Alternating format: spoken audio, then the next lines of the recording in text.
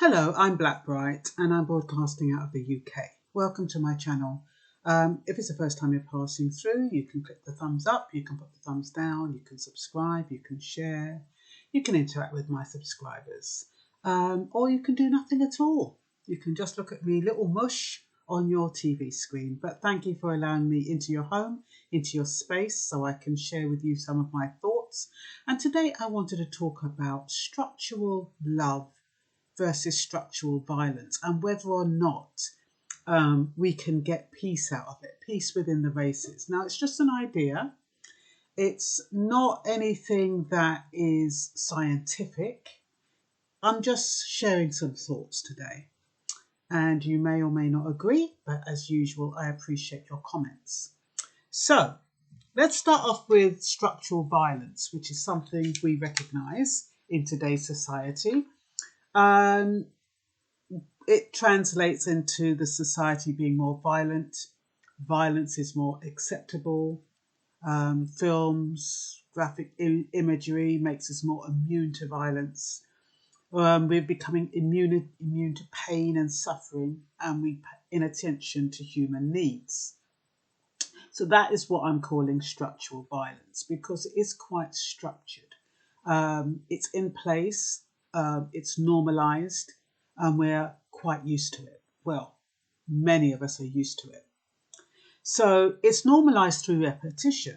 Repetition translates in we will not pay attention to anyone. We deem those who are classified less than as inferior. We need to treat people differently if they're not the same as us. We will have no compassion for victims of abuse, discrimination, injustice, because they deserve it. That's the mentality. That is what we're groomed to believe.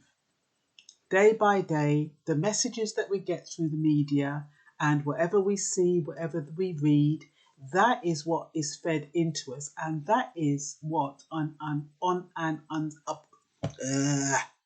a subconscious level we believe, what we've agreed to. Okay, social distancing is disguised. It's shown as a gesture of caring, saving lives. And if we have a sense of responsibility, we will follow. We will follow instructions, we will listen to legislation, and we will make sure we go by the rules. However, it is in fact structural violence. It's a part of this structural violence. This is just my thoughts. I'm just sharing because it encourages isolation. The slightest little sniffle, everybody's kind of distancing themselves. All you've got to do is cough these days and people think you've got the lurgy. Separation, with partners living apart, not living together. At some point when the lockdown comes, we'll all be separated, as opposed to those who are in one bubble, one household. It's causing segregation of the elderly. They're stating that they can't travel. They can't, they're being discriminated against, basically. It's obvious discrimination against the elderly. Now, this is a country where we're not supposed to discriminate on age, gender, race, religion, whatever the protected characteristics are. And yet, the elderly are being discriminated against under the guise of health. How can you challenge that?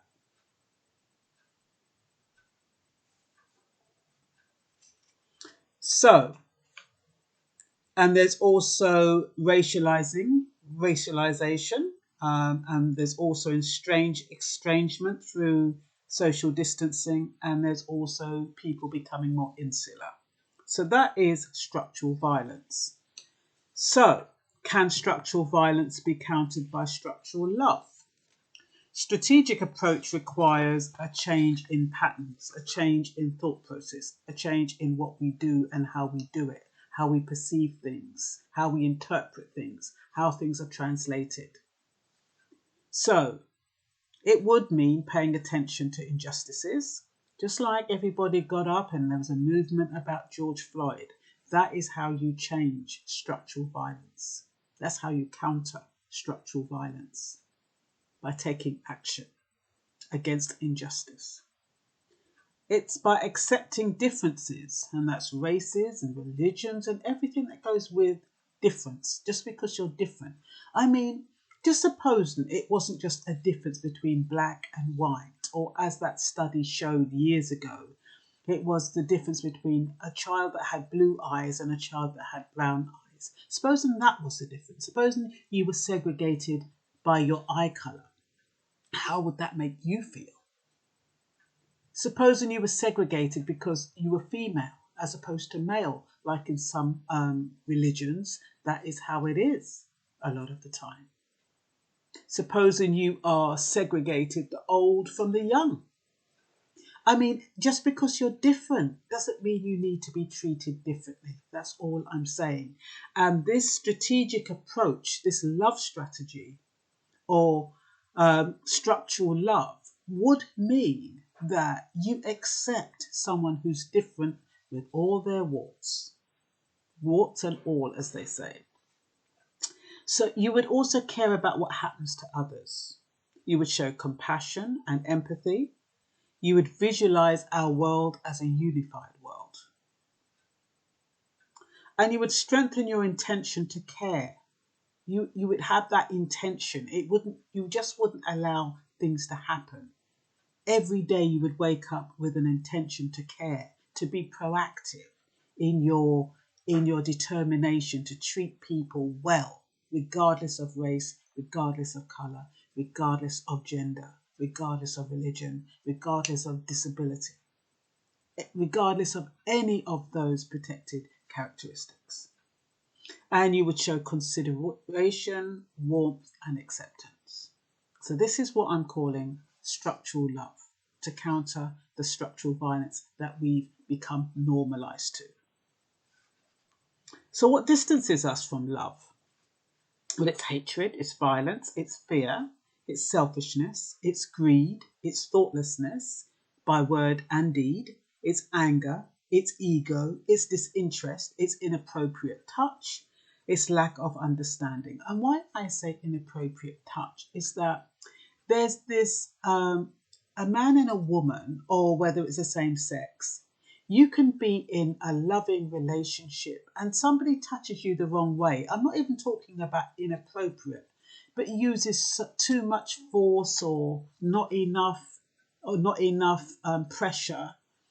But whatever it is, it kind of turns you off. And that's why I put that in there as inappropriate touch. Because sometimes if you don't know your partner's body language and you don't know how to touch them or how to stimulate them or how to arouse them, it can actually turn them off. So that's why I put that can actually distance love from progressing. Okay, so what is the racist love language? Well, in my opinion, it's the visual. A racist love language is you've got to look like me. In other words, you have to be white. You have to speak like me. Whichever way that is that a white man speaks in the area that they live, you have to speak like me. In other words, you have to be similar to me. Senses, you have to feel like me. What I feel, if I feel resentment against blacks or if I feel hatred against blacks, you need to feel that too. And you have to believe like me. Believe what I believe. This is the racist love language in the words of Myrna Loy. Okay? The believe like me is white people are better. I love white people, so black people don't get a look in. White people should have the power. White people should be favoured. Keep Britain white so that there's more for us. Keep foreigners out, including anyone with an accent or anyone with any shape, form of colour. Keep us separate by all means necessary. And when you're dealing with people who think like that, silent protesting, compliance, deference and cooperation does not work. It is not compatible with the racist love language. They thrive on inciting violence with their antagonistic behaviour, and they seek excuses to cause harm, whether valid or otherwise. So if you're dealing with somebody who's irrational, and a lot of racists are irrational, you cannot use your your love language of compassion, caring, thoughtfulness, consideration. It will not work because their love language is different. Their love language is one dimensional. So you're not compatible. It doesn't work. So they have the free will, don't they? They have the free will to be mercenary. They have the free will to be sadistic, masochistic, calculating, resistant, hateful, deliberately antagonistic, vengeful. And a lot of them have mental issues. And a lot of them are simply misinformed. They just it's something that they've been raised with. It's something that they've been taught. They've become complicit by association. The parents, friends, family, whoever believe like they do, they've indoctrinated them in that way. But whatever way they have become racist, that is who they are. And that is what they believe is the right way to think and behave. So, just because you don't like a set of people, it does not mean you have to destroy them or get rid of them, or you can agree to disagree. You can keep yourself to yourselves. It's probably very difficult to keep yourself to yourself if you are a racist family and you go way out in the country and you see some blacks moving. You're going to be thinking, bloody hell, I can't go anywhere and not see them. They turn up everywhere. So a black person isn't going to be thinking like that. A black person is going to be thinking, well, this is my home. This is my country. I can live wherever I want. There's no sign saying no blacks allowed. Maybe that's what racists would like. Maybe they want some kind of delineation line. But the fact of the matter is, none exists at the moment. And so racists have to, well, not racists have to tolerate what they have to tolerate, I guess, until they have permission to do otherwise, or until they seek to do otherwise. But for the time being, we need to understand the racist love language so we don't get caught in the fray, so we don't get pulled in. And sometimes you can find that people, when I'm talking about antagonistic behavior, sometimes racists will use words because they know words cut deep. And I was talking about words the other day, how, they can heal or they can destroy. And so I was watching a video with a boy on the train, and I didn't really watch it, to be honest. I started watching it and I thought, I don't really want to hear this. Anyway, I heard it was quite provocative, very insulting. And when the guys got off the train, they punched him and he fell. But my point is that, sometimes you have to, not have to, but sometimes it's more wise to be curious. Why? What has brought him to that stage? What makes him think that way, whether he's drunk or not? What's giving him that mindset? A young man, a young boy. It's not like he's from the old school.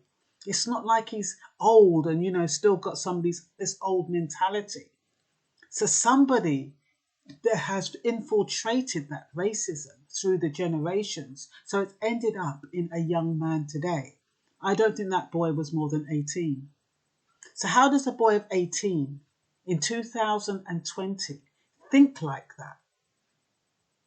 And then you have people who react to words. And sometimes that's what causes domestic violence, because some people do not know how to counter harsh words. And the only way they can counter it is to thump the woman, or in that case, they thump that boy, because they don't know how to communicate, in like manner. So it's just as hurtful. They haven't got that repertoire of language, or that's not really the right word, but their arsenal of language to counter that. But it's never wise to counter verbal insults with physical violence. It's never the answer. You have to learn to build up your arsenal of vocabulary so you can attack at said speed, Said Speed, your tongue can be your sword. You have to learn how to do that. Because now those guys are on camera. Goodness knows if the police aren't looking for him, regardless of whether he incited that violence or whether or not he was provocative. The police are probably out there looking for those boys now. But anyway, yeah, but if it turned around, there wouldn't be nothing done. That's the unfairness of the system.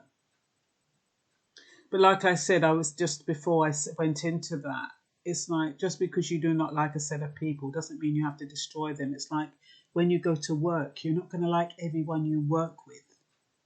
So what do you do when you're in a situation where there are employees that you do not like? You can't get rid of them. You have to learn to adapt and adjust to their presence. And it's a similar situation. You may not like them, but over time, you might get to know them, or you might happen to interact with them by accident, and you probably find out something that you didn't know before. And like I said, a lot of the times misunderstanding is through lack of communication. You just don't get the opportunity to interact, to know what the other person is like, to lessen that fear and to lessen that threat. So what encourages love? Similarities, reciprocation, trust, commitment, forgiveness, and consideration. Love is complex. It's a mix of emotions, behaviors, and beliefs associated with strong feelings of affection, protectiveness, warmth, and respect for another person. And so when we're dealing with love and sharing love and trying to counter violence or hate with love, we have to take into consideration that people who are hateful, these are the factors that they're trying to keep close to their heart. They do have strong feelings of affection, but it's for their own people. Then it's not for outsiders. They want to protect their own people, and they do that by dismissing everyone else. And they show warmth and respect for their own little crowd or their own little clan or whatever you want to call it, but show disrespect to everyone outside that clan, outside that unit. So when love turns to hate, it causes crimes of passion, revenge, it creates distance, it causes pain and fear. Ultimately, we are all looking for acceptance, regardless of belief, colour, race, spirituality, or gender. Strategies are meant to give us desired outcomes. So what is our love strategy to turn things around, to turn racist into anti-racist? Can that be done? How do we turn racist into anti-racist? Tommy Robinson, BNP, avid racist, and I don't know what turned him around. I haven't seen an interview that told us what was that defining moment that he decided, I do not want to be racist anymore. What was that moment? So, change how racism is being perpetuated. Well, that needs to be done through the media and upbringing. It takes cooperation and collaboration with the media and the people who are perpetuating it in subtle forms. It's about finding positive explanations for individuals' behaviours. Now, suppose we were thinking of racists, we could say, well, races are one-dimensional. They believe white people are better and should stick to each other. To associate with what they perceive as a substandard race contradicts their belief that they need to be elevated at all times. Black people will lower the tone. Although we do not understand their belief system, we can accept it and agree to disagree. Now, that's fine if we want to do that. But meanwhile, what are they doing? They're not seeking understanding, are they? They're not trying to resolve a situation. They are not self-reflecting. So one side can't do this by themselves. There has to be an agreement. Each side